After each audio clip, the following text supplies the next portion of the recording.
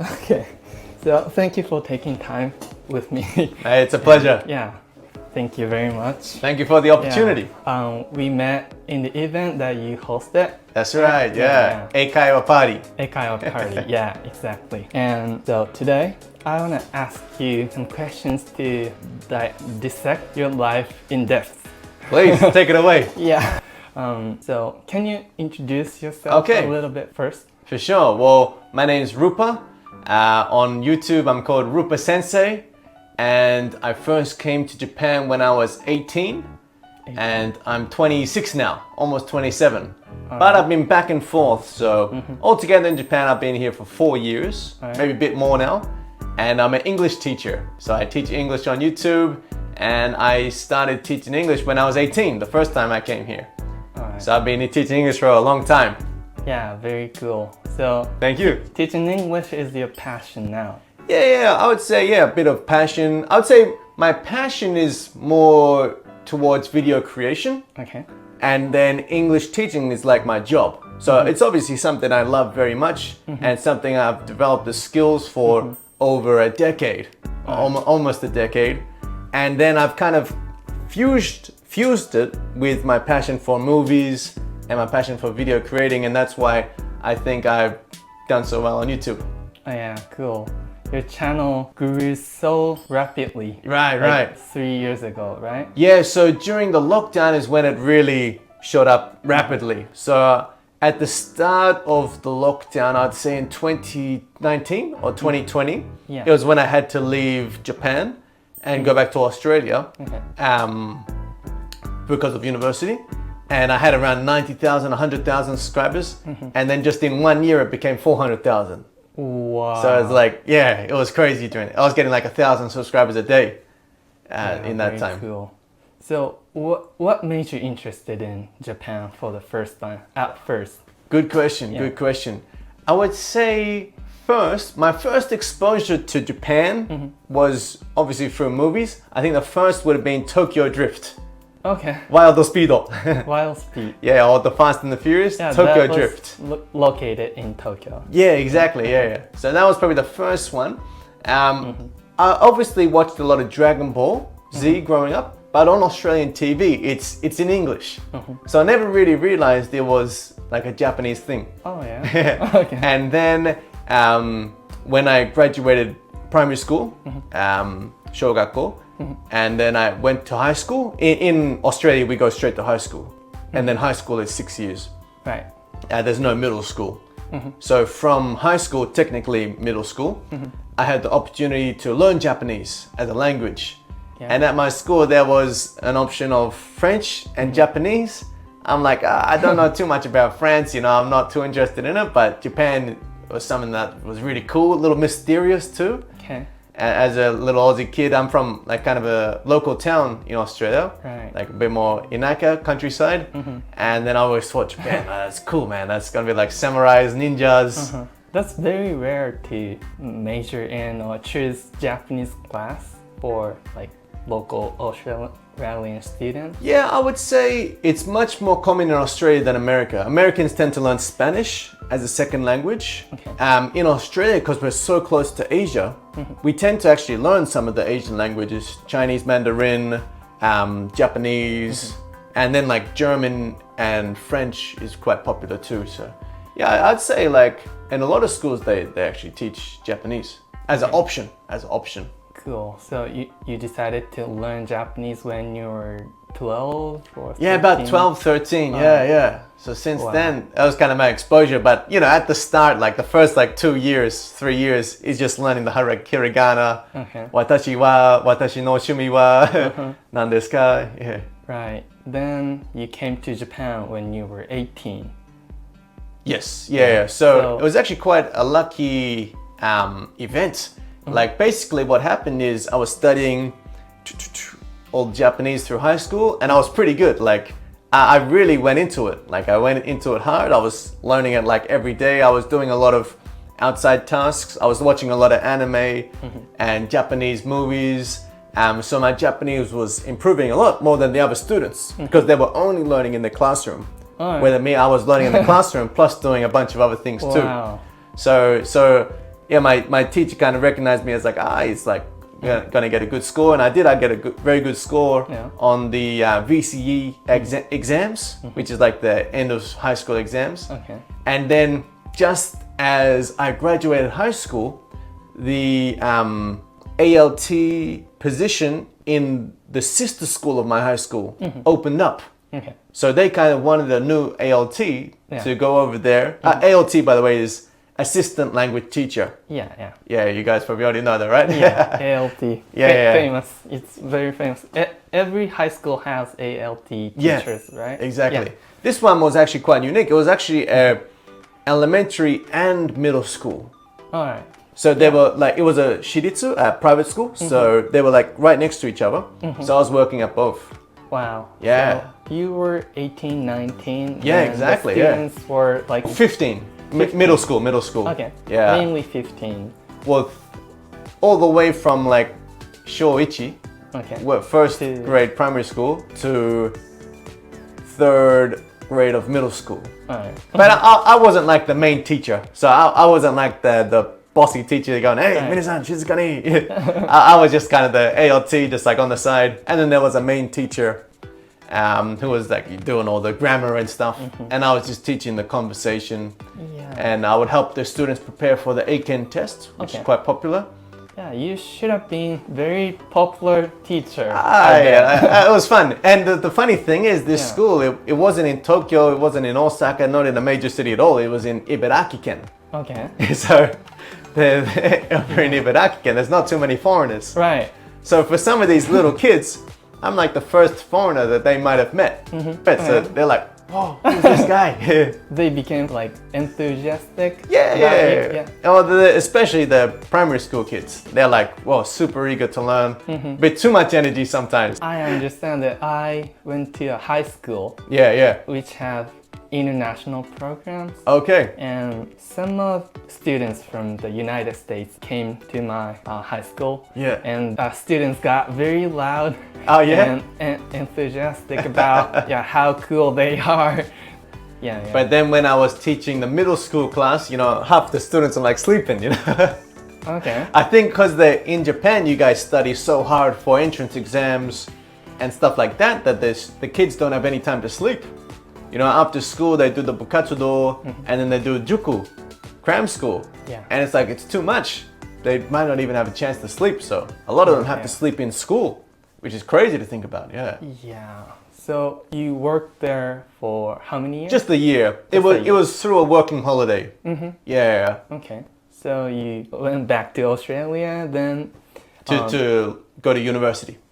Okay. Yeah. So you went to Kansai Gaidai. No, so actually that was later on. Okay. So first I went back to Australia and I did 2 years in Australia in a university called Swinburne University, which is in Melbourne, and it's a technology school. All right. So it specializes a lot in engineering. They've got like crazy 3D printers, and they've probably got way more crazy stuff now, but this was quite a while ago.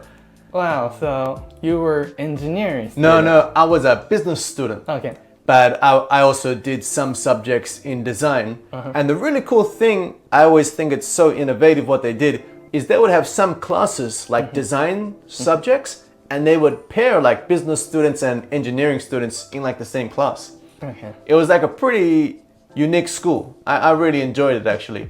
Some of the subjects I didn't enjoy as much, there was a lot of like theory in business school. Right. You gotta learn, and then now that I'm a businessman, I don't even use any of it. Like I've forgotten half of it. Yeah, there's a huge gap between practical and theoretical things, right? Exactly. Yeah. But I'd say the other half of the stuff that I learned in university, I actually kind of, it really helped me, at least in critical thinking, and also one of the most important things in university is how to make friends and like how to fit into groups and get along with people. Yeah, which is skills that are very, very valuable. Oh yeah, right. But then going back after 2 years, then I went to Kansai Gaidai as an exchange student, which is a university in Osaka. Right. Yeah. I went to Kansai University. Right. So Yeah. That's very close. Yeah. And how long have you studied there? That was just a 1-year exchange program. Yeah. Exchange. So that was my second year in Japan. Yeah, 1 year right. in Ibaraki, 1 year in Osaka. So did you improve your Japanese at that time? 100%. Yeah. I would say that's probably when I improved the most in Alright. Japanese. Yeah, it was not only just in the classes, although the classes are very good in Osaka, in Kansai Gaida. There was like a lot of options on mock classes. So there obviously was the basic ones, which teach Japanese towards JLPT tests, which is the Japanese Noryoku Shiken, Nihongo Noryoku Shiken or whatever. But there were also like some translation classes, which are like the ones that I learned the most in. It's like how to properly translate the nuances of Japanese into English, which definitely helped me with YouTube. Right. So you did the subtitles by yourself? Some of the videos, definitely, yeah. Yeah, cool. So you studied English intensively in that time. Japanese, right? Yeah, Japanese. Then did you start YouTube at that time? That's a good question. I started YouTube. Well, first of all, I actually started on Instagram. Okay. Yeah, so I was actually posting videos as soon as Instagram released long form videos. So before, back in the day, this is like 10 years ago, Instagram used to only be pictures, which is like unbelievable because now it's like only videos, right? But Instagram used to be only like pictures and like really short videos, like 10-second videos, but just as a normal format, like this kind of video, not as a vertical video. And then they released up to 1-minute videos on the platform. And that's when I was like, why don't I make some English lessons? Because I was kind of running like an online business like through Zoom lessons, Zoom English lessons. And I wanted to just get some more students. So I was like, why don't I make some videos to kind of promote it? And yeah, I was making a bunch of Instagram videos every day. I posted a video for like 650 days. What? 650 days. I made a video every day on Instagram. Yeah. They were just like 1 minute, basically like reels. So I always think like I was doing TikTok before it even existed. That kind of style of videos. So and then how was the reaction of the... Great. Yeah. I think a couple factors went into it. One, because I kind of had a very small audience of some of my students and stuff from the business, and that kind of set up the good foundation and good motivation for me to continue. And then also it was a brand new feature on Instagram. So I think whenever there's a new feature, they kind of push it out and post it out to more people. And then, so that grew up to around 10,000 followers. And then I switched over to YouTube. Alright. Yeah, so after 650 days, which is unbelievable. But back in the day, YouTube and Instagram used to be much more slow. Nowadays, I feel like people like blow up real quick because of shorts and everything like that, which is, it's very good. It's very awesome. But back in the day, I feel like it took a much more long time to get like 1,000 subscribers. It was like, wow, 1,000 subscribers. But yeah, and then I switched over to YouTube and I just kept posting, and that went really good. Yeah. Like I saw your videos and I can see the face of your channel growing. First you took videos in like fancy house. That's my hometown. Your hometown home. Okay. Your family's house. That's right. Yeah. Okay. Cool. Then, so was it after you went back from Kansai University to That would have been when I came back from Ibaraki. Okay. Before going to Osaka. Alright. Yeah. So, when you were... 2018, 2017, about 28. I think 2018, and then 2019 I went to Osaka. Alright. Yeah. You studied in Kansai University for 1 year. So after that, you came back to Australia? So once that program finished in 2020, then two things happened. One is the program ended, and I had to go back to finish my university in Australia. Yeah. I had like maybe 6 months left or something, or just 1 semester left. And then also that's when the corona started happening. So I also had to kind of get out of Japan, for that too. So I went back to Australia, and then that's when I kind of just went all in on YouTube because university was just all online. So I had like a bunch of free time.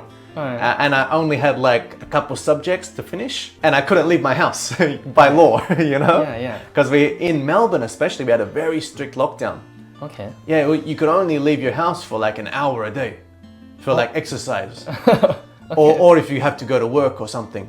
Right. But pretty much everyone was working from home. All the universities, schools and stuff were at home. So I was at home all day. Wow. And I was just making YouTube videos. So I was posting like 3 times a week. That's probably why it showed up so much, I think, Okay, so it's very hard to shoot footage outside, right? So the content will be limited to like something that you can do by yourself in the house. Exactly, What kind of content were you making at that time? So just like always, I always love to teach English through movies. So that's something you can do at your house. Just pick a good movie. I also love watching movies. So during the lockdown, I was watching like a movie every day. And then I'll just make an English lesson if there was some good scenes. Yeah, I saw that your Harry Potter movie at the beginning got like 2 million. That was the first ever like super viral video. Oh yeah? Yeah. Oh, and there was, the first ever one was like a Harry Potter video I made like a while back. And well, back in the day, viral was like 50,000 views. I thought that's amazing. 50,000 people watched the video. That's crazy. Now like viral is like 1 million views. Right.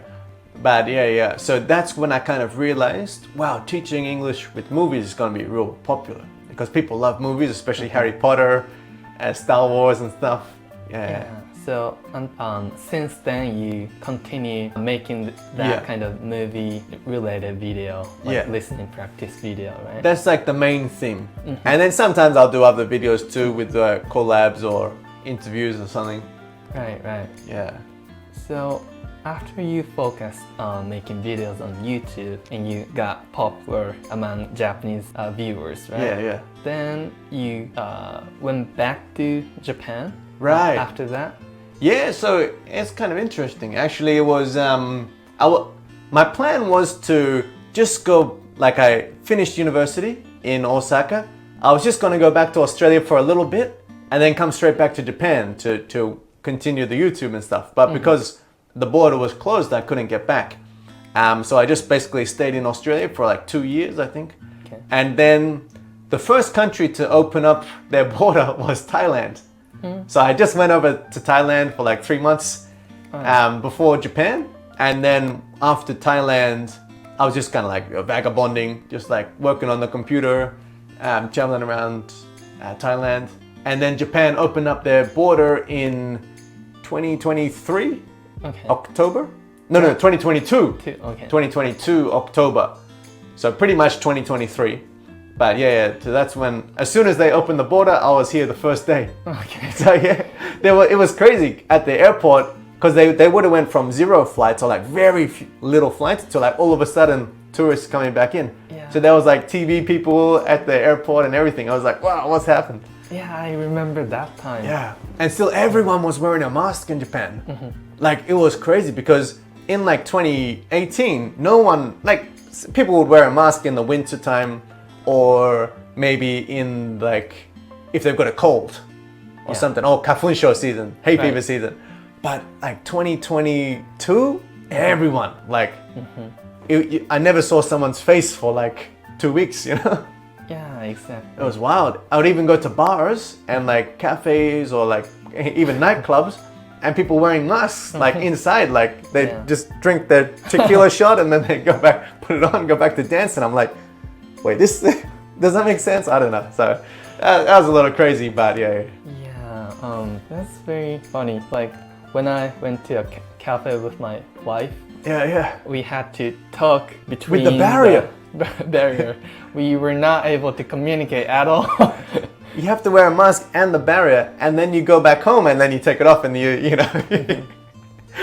do whatever you want. But but now it's much more chill. So then I've just been back and forth a little bit, Australia, Japan. I did some traveling, Korea, stuff like that. So after you came to Japan after COVID, Yeah. not like staying in Japan all the time, but like traveling around. Because at the start, I was just a tourist, which Australians can stay in Japan for 90 days. Okay. So I was just basically just traveling, meeting up with all my friends. So when did you settle in Japan? Settled about another half a year after that. Okay. Yeah. So I was just traveling around for about half a year, and then I settled down after that. Yeah. Because I got the visa, so yeah. Okay. And then once you get the visa, then you can get an apartment, then you can do a lot of things. So if you're just a tourist, it's so strict, Yeah. Right. Working visa. That's right. Yeah. So you belong to like agencies? No, English school. Online English school, yeah. Yeah, okay, cool. So after 6 months, you started to live in Japan. That's correct, yeah. And since then, you live in Japan. Yeah, so I'm getting used to Tokyo now, Oh yeah. So it's been 1 year and half a year or something. Yeah, about 1.5. Yeah, 1.5 years now, yeah. Wow. So time flies, So up until recently, what was your focus? Wow, good question. Yeah, YouTube obviously. I've been posting a lot of the movie lessons, and then also I'm starting up a couple new businesses. And now that I'm kind of settled down here, I created a brand new English learning program, Zero to Hero English. So a couple of the students that like learning from the YouTube videos, I made like a 60-day video program that's kind of similar to the method that they learn on YouTube videos. Yeah. So that took a lot of time. Making the video course takes so much time. It took like almost a year. It was like 8 months of just like filming a lot, 120 videos, working with a bunch of editors. Yeah. So 60 days video course. Right. Your main merchandise or I would say so. Yeah. Okay. And the good thing about that is I think because some of my students have been learning from me for such a long time, and I never really released a program or any merchandise or anything, that some of the students were like, I kind of want to keep supporting him. So yeah. Okay. It's good. How was the reaction of students? It was great. Yeah. Okay. So a lot of students taking the course now, and I've had really great feedback. And since some of the students had such a good response to it, that I'm going to keep building onto it. I guess it's the first time to say it, but yeah, I'm working on like some apps and stuff, and more video courses and stuff to keep building onto it. Yeah. Okay. I'm gonna put the link don't worry about it. In my video's description. Thank you. So what's the strength or the strong point of that video course that you offer? I would say the most important thing is students can learn at their own pace, and it's kind of like a scheduled program, because the reason I made it is because on YouTube it's kind of like bada. It's like kind of all over the place because it's all from movie scenes. So like when they learn some English from Top Gun, they're only going to learn a couple phrases and a couple like random grammar points. So I wanted to make something more structured. Yeah, and because it's got that structure, it's much more easy for beginners to learn from. Rather than like a random scene and it's just going to be random phrases, it's like structured. So yeah. So it's going to cover all the like most of grammar rules or basic grammar rules. I call it pattern phrases. So I don't really like all the expressions like grammar and stuff like that, and like present continuous. So I like to keep it simple, and I just teach like in patterns, because I think the way that humans learn things is all through pattern recognition. Recognizing a pattern over and over again, and language is all about patterns, so I teach like, for example, gonna nani nani, like going to nani nani, gonna nani nani, or I would like nani nani, so things like that. Yeah. And that way they can learn like 1 or 2 patterns and be able to use it in a bunch of different situations. Yeah. Like I am an English teacher as well. Right. So I think highly of pattern practice as well. Oh, so great. It's very powerful tool, I think. Thank you. Yeah. So you have been focusing on your YouTube and you're teaching English. Yeah. So now your channel is massive. It's going all right. Yeah. 600,000. 623. Cool. So what's your next step or your goal? Goal. Wow. Good question. Definitely want to hit that 1 million eventually. Okay. Obviously, it takes time with YouTube and stuff like that. So my goal is always based on inputs. So I think one reason I've continued YouTube for so long, I've done it for 6 years now, is I've always just kept like a very good pace that I can keep up. So like once a week, it's not too much, it's not too little, and it's very easy to continue. Where there's some people I feel like they go so hard, they like go all in on YouTube, and then after like 2 months or 3 months, they don't get the results they wanted, and then they quit. So me, I was just like, from the start, YouTube is just something I'm going to keep going on with. And if I just set goals based on inputs, which is basically, learn this about YouTube, or outputs such as post a video, 1 video a week, it's very easy to continue. And then those result-based goals, like achieving 700,000, 800,000, those just come naturally. From the start, my goals have always been based on, okay, just keep posting, just keep going, learn more about YouTube, learn more about thumbnails, stuff like that. Yeah, focusing on the process, not like result. Yeah, so exactly. You will not burn out easily. Yeah. And one thing that I'm very proud of myself is I've kind of turned more towards the business side, and I've started up a couple of eikaiwa businesses and stuff, and that takes a lot of pressure off YouTube. Because when I was doing only YouTube, it goes up and down and up and down, and that can be very stressful if that's your only income source, which for the first couple of years it was. Obviously I was very young, so it didn't really matter. I was only 21, 22. But now that I'm a bit more mature and I want to make some savings and make some investments, definitely having a business run in the background and having a couple jobs that you can rely on is very, very helpful. Like hitting 1 million subscribers someday. Yeah, I'd say like another 3 years. It's like it's in like my next 3-year goals. Okay, so what else do you have? I obviously want to release a new program. Okay. So I'll update my program to release it with like an app, keep making better programs, work more on the business side. And I'm currently fulfilling one of my goals, which I can't talk about too much, but I'm in the middle of creating something really awesome, working on a really great project, which is going to be announced around the start of next year. Alright, yeah, we're looking forward to it. Yeah. And so your purpose for doing it is to encourage Japanese English learners to speak out more. Yeah. Right?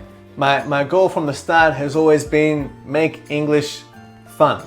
Okay. Make it cool, because although teaching at a school when I was 18 was a great experience for me to learn and see the reality of what English education is like in schools, I thought it was terribly boring, textbooks and like tests. I'm like, whoa, this is not what learning a language should be like. The way I learned Japanese was through like lots of movies, lots of TV shows, actual speaking to Japanese friends and like ALTs and stuff like that. It was way more fun than just tests.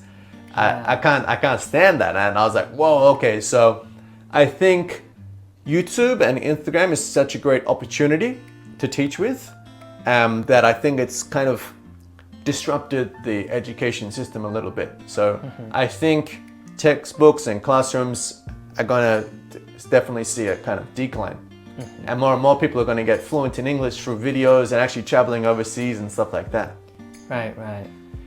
You like the coronation of making English fun. I think I was chosen for it for a reason, whether it's called God's plan or my destiny or whatever. But I think there must have been a reason why I was chosen to go overseas at such a young age to Japan, and then to teach, and then have such a great opportunity strike with YouTube. So that's one reason why I've never quit.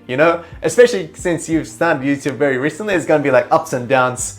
And I thought of quitting like many times. Like I'm like, oh man, you work on a video for like 10 hours or 20 hours and you post it and it gets like no views, you're like, oh my gosh, okay, I'm finished.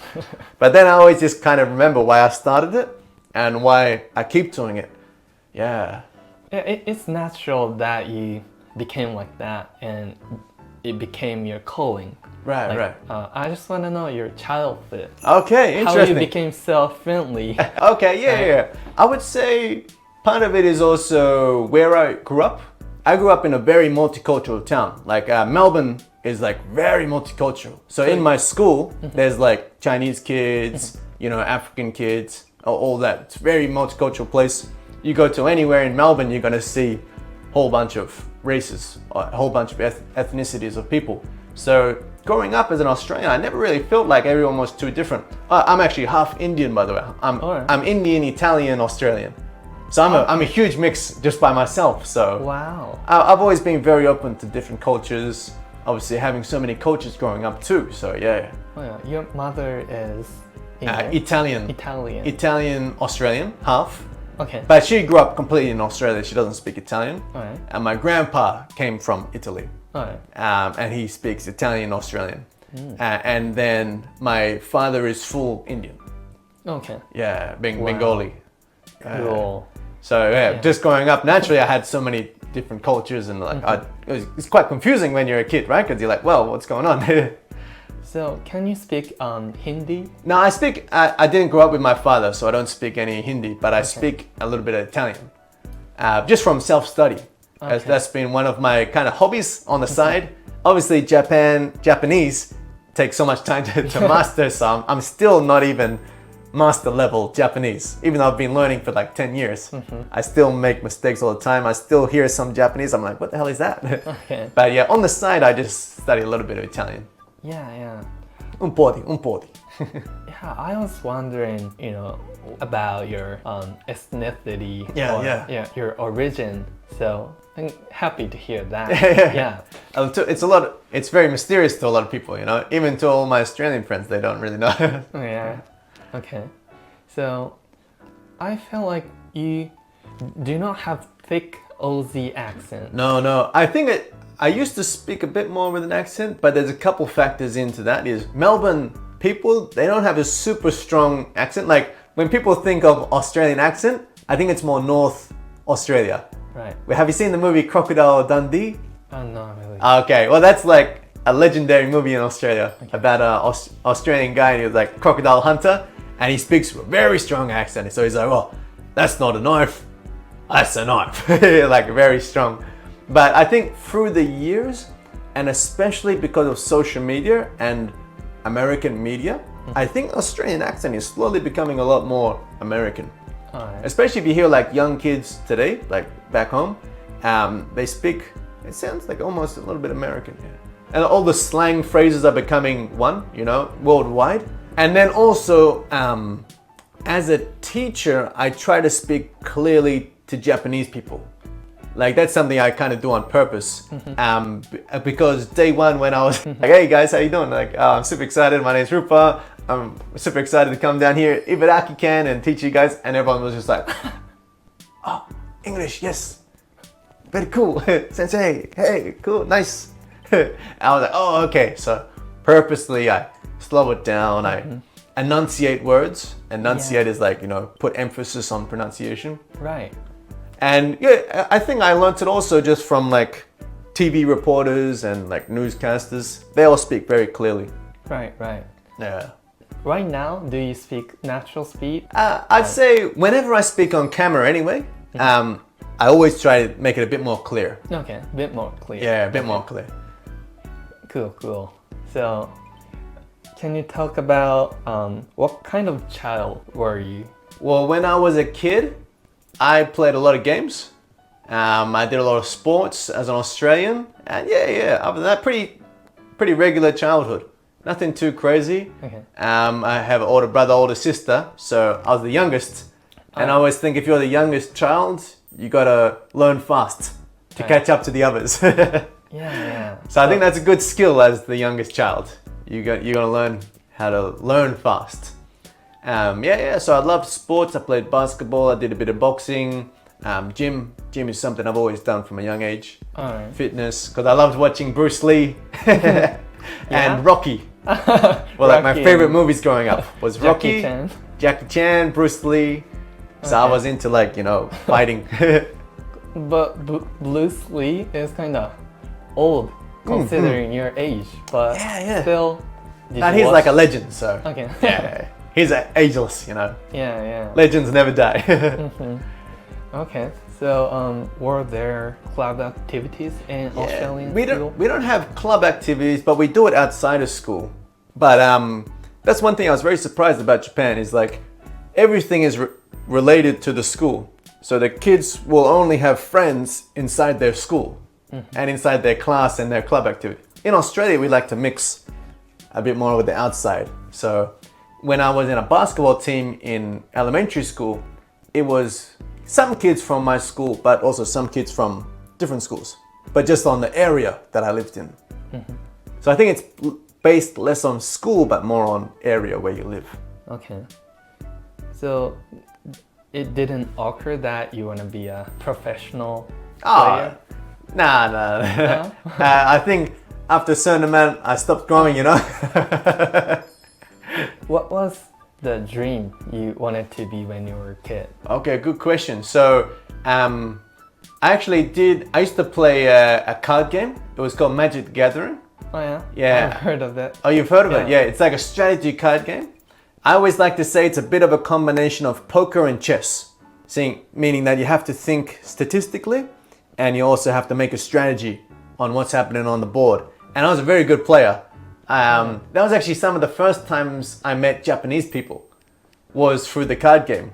Right. Actually, this is an interesting story, so I'll talk about it. There was 2 ways I used to meet Japanese people back in Melbourne. Like, I'm from the countryside of Melbourne, so I hardly ever meet Japanese people. Even though I was studying it, I just had one teacher who was Japanese. And that's like the only Japanese person I know. I used to live next to a very famous train called Puffing Billy, which looks like Hogwarts. It's like the only famous thing where I'm from. And I used to work at the Subway sandwich shop as a part-time job next to the train station. So a bunch of tourists would come down and Japanese people would come down and I would kind of greet them in Japanese. Because, that was a good way to practice Japanese. And then the second way was through the card game. So I would go to like big tournaments with like thousands of people. And there was always like very strong Japanese card players. They would travel from Japan to Australia to play these tournaments. Alright. And I got to meet them and speak a little bit Japanese. Cool. Yeah. Like, we play Yu-Gi-Oh! Yu-Gi-Oh! Is very mainly, common, yeah. right? But Magic the Gathering is very popular in Japan. Alright. Yeah, it's like huge over here, yeah. Some of the top players even still are Japanese. Yeah, don't you play it now? No, now I play chess. You play chess. It's much more of a old man's game, It's chess. Yeah. Shogi? No. It's like shogi, It's international shogi. So Yeah. Shogi you can only really play in Japan, but chess you can play anywhere in the world. Right. So it's very popular in Europe, very popular in the States, England, Australia. Yeah. Okay. So And it keeps my brain sharp. I can still think of some strategies. Yeah. So It's fun. You like to think about strategies. Yeah, and yeah. How to make optimal choices. Right. Critical thinking. So Critical. I think it kind of helps you a lot in business. Yeah. Right. So anyway, I heard that you worked in a bakery before. That's correct. Yeah. So how long? Wait, did I tell you that or how did you find that? No. I watched the video that yeah? you talked with like old English learner. Okay. Through Cambly. Ah, wow. Yeah.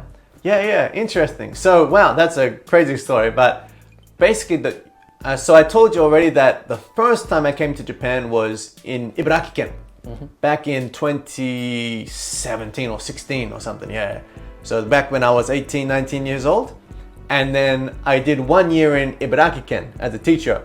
But the working holiday visa is like 1 year and 3 months or something, 1 year and 6 months. So I had like a little period of time, I think it was 3 months, when a 3-month gap of when my job finished in Ibaraki-ken and then before university started back in Australia. So for 3 months, I actually came to Tokyo and I was staying in Ikebukuro and then I was working at a bakery in Omotesando, just as like a part-time job. And I gotta say, that's actually one of the best ways to learn a language, is to just dive into the deep end and take like a part-time job or something in that country or in that language. So I would have to speak Japanese like a native, Yeah. in that job. Yeah, I bet people working in bakery do Yeah. not speak English well. It was actually a New York bakery. Okay. Yeah, it was like a French bakery, but there's a famous one in New York. Yeah, it's not open anymore. It was called Dominic Ansel. Okay. Yeah, Dominic Ansel in Omotesando, but it closed. Yeah. Rest in peace. Okay. But it was great. It was great. Great experience. So I was like making coffees. I was doing the front service. Right. It's like right. serving people. You got that job right away. When I moved to Tokyo, yeah. Okay. So I wanted. How did you? Just I can't remember what it's called. Craigslist. Crazy. It was a website. Back in the day, I'm not sure if it's still around, but you could find jobs in Tokyo. So I would find like a bunch of eikaiwa jobs all through that website. Oh yeah. And it's rare to have bakery job, right? Really? I don't know. It was pretty common. I think because also I worked at Subway, so it's also a lot about breads and yeah. But interesting thing is, at the start I was only washing dishes. Yeah. at it's the job. Traditional Japanese style. Okay. Yeah. Clerks start from washing plates first, and yeah. Have you seen Karate Kid? Yeah. Yeah. It's like the same thing. Wax on, wax off. So it was like my Mr. Miyagi moment, At the start at the restaurant, at the cafe, it was just only washing dishes. And if you keep showing up, you keep, being positive, then like, oh, okay, come. Level up. Yeah, cool. So bakery, English teacher, Yeah. YouTuber. But that was only like 2 months, I think. Right, yeah, right. 2 month little part-time job before having to go back to Australia. But it was so much fun. I wish I could continue. So aside from those, you've never worked in a company, hired by a company? I did a couple small jobs for eikaiwas where I was like kind of like just part-time hired. Okay. Yeah. And then you became an independent guy. Yeah. Worker. Oh, yeah. Exactly. Yeah. I always thought if you're gonna make it, you gotta create your own thing, Yeah. So do you picture yourself working in Japan in 10 years? Wow, great question. Wow, I don't know. One of my goals is to buy a property in Australia. So hopefully I can achieve that in 10 years, but with these prices, hey, who knows? No, but yeah, that's one of my goals. And then I'm not sure if I'll live there or if I'll rent it out or something like that. But I do love Japan. I see myself pretty much for a long time is at least spending half a year, each year here in Japan, yeah. Right. So like 6 months out of the year, I definitely want to stay in Japan. I saw your video talking about the new apartment Oh yeah? that you had. Oh, at that back in time. Australia. Yeah. So was that house already expired? That was just like a 6-month rental. Okay. Yeah. Oh, 1 year rental or something, yeah. That was when I moved out of my parents' house and I wanted to just focus on YouTube, so you should have seen it, man. It was crazy. On like my whole wall, it was a green screen. Yeah. That was good. That was a fun place, yeah. A lot of good memories there. So what do you do recently? Like how many hours do you work and what do you do in your spare time? Good question. I would say, it definitely depends from day to day. Some days I'm working all day. From the moment I wake up to the moment I go to bed, just on various tasks, a couple of things I have to do. Some days it's much more chill. I'll just do like 3 hours and then I've got the rest of the day free, So yeah, it definitely depends day to day. For my main tasks, yeah, I'd say 4 or 5 hours a day. I like to dedicate to work and I just try and just knock it all out. Okay. Yeah, like try and stay very productive. And then you ask what I do in my free time. I love keeping fit. I do Brazilian Jiu-Jitsu at a dojo here in Japan, in Tokyo. And then I've got a gym just right down the corner from my house. So yeah, I love going there, staying fit. Yeah. Going for walks, catching up with friends. Like Hey. you have this blue belt. Right? So is blue belt, where's the rank of the Okay, blue so belt? Brazilian Jiu-Jitsu, you start as a white belt, normally for about 1 or 2 years. and then you get promoted to blue belt. So you're still kind of a beginner. Okay. Like me, I still suck. You know, I'm like, if I burst like a black belt, I just get wrecked like 20 times. But you suck a little bit less, you know, and then it goes purple, brown, black. So there's only like 5 ranks right then, right? White, blue, brown, white, blue, purple, brown, black. So, but to get to black, it takes like 10 years. Okay. And you know, throughout it, you get a lot of injuries. So I had like a very sore back for a little bit, knees and stuff. But yeah. How long have you been doing this? I did in Australia for about half a year to 1 year, and then I did it in Japan for another 1 year. So All 2 right. years in total. It's great that you keep doing this. Yeah. You enjoy doing that? It's something, I think it's such a great hobby to have, because wherever you go in the world, it's very easy to make friends. Because a lot of my other hobbies like gym and like chess, they're kind of more like solo activities, and like making YouTube videos, you're always just stuck in a room or office or something. Yeah, and it's just like you working or you working out, but that's like a group activity where everyone's like very friendly, and so you can definitely make good friends across the whole world. Right. I used to do karate. Karate. Kyokushin. Not kyokushin, but like you wear a helmet. Oh, okay. Yeah. Your protection. Nice. Yeah, I did it for 10 years. Oh, wow. So I have black belt. Hey, strong guy here, eh? Really. Yeah, then you're dedicated, man. I try my best. Wow. You are 26 and have this massive YouTube channel. Oh, mate.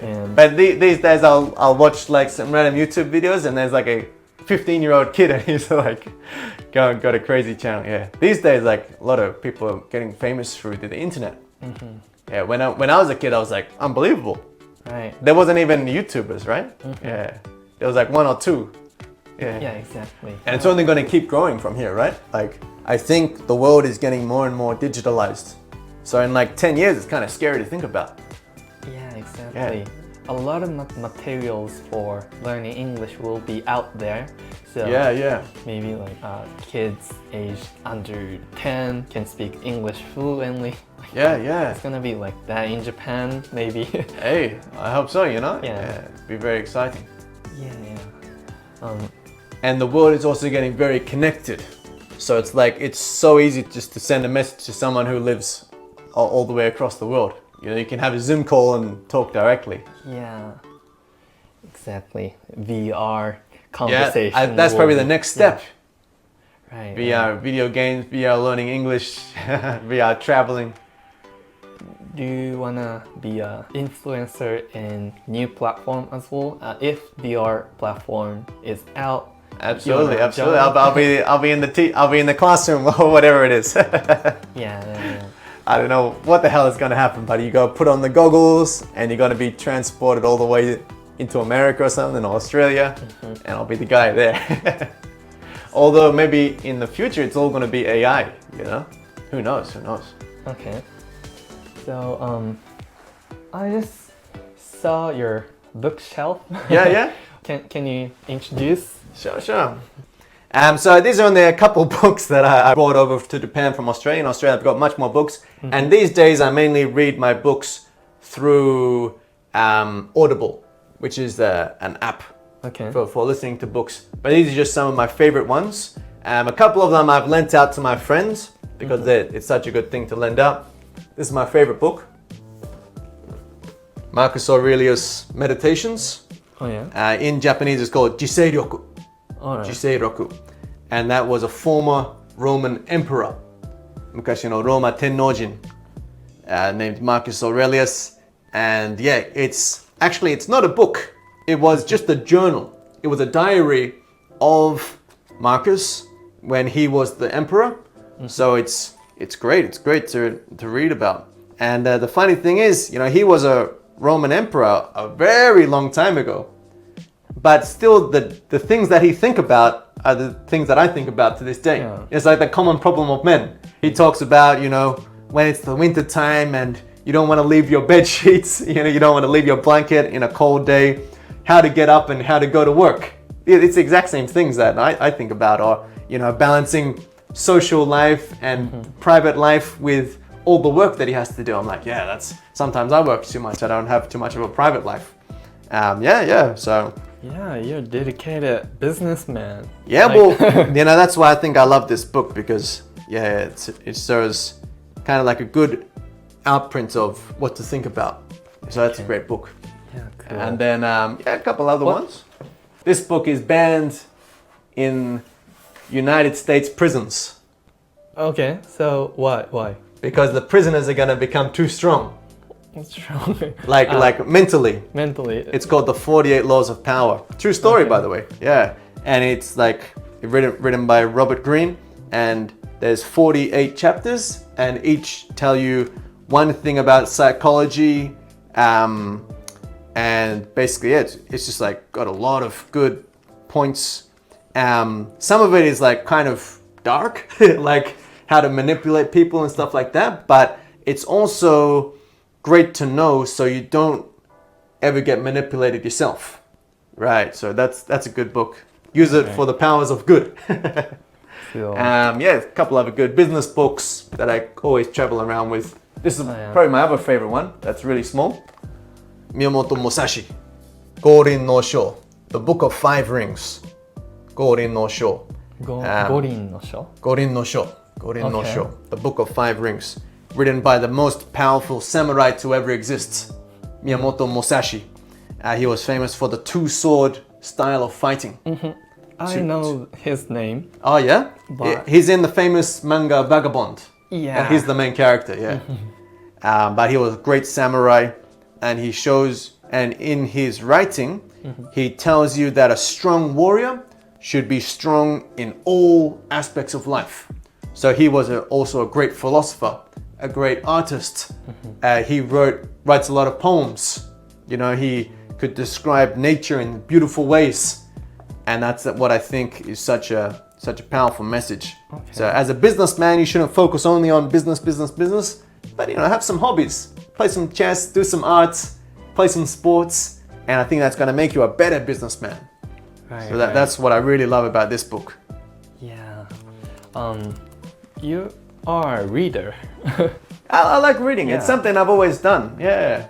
I also read a lot of fiction as well. So obviously I've read the Harry Potter books, things like that. I love fantasy. So I've got the knight here. So this is your studio, right? Yeah, so I love this guy. He's quite heavy, Okay. He was like the first thing I bought in this apartment. I like to look at him every day and just be like, he's that's cool. Quite heavy, yeah. Looks real. Gives me motivation to be holy and be just. have some honor in my day-to-day work, and I think a knight is a good representation of that.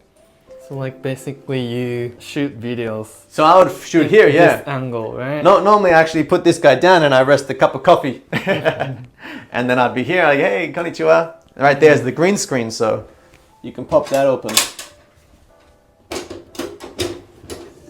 So if I film a video that's like Disney or something, and I want to have a bit more of like a cartoonish background, I would put that on there, and it looks great. Yeah, cool. Yeah, it's like a YouTuber's dream bachelor pad. Very convenient. Yeah. Although I do love going to cafes and stuff sometimes to do some work. Okay. Just to relax a little bit. Let's sit again. Get back there? Yeah, back. Okay. So maybe 5 minutes more. We'll wrap it up, eh? Yeah. Perfect. Yeah, thanks for That was a little this tour, long hey? interview. Are you tired? I'm fine, mate. Thanks for the coffee, because it was delicious. It's keeping me going.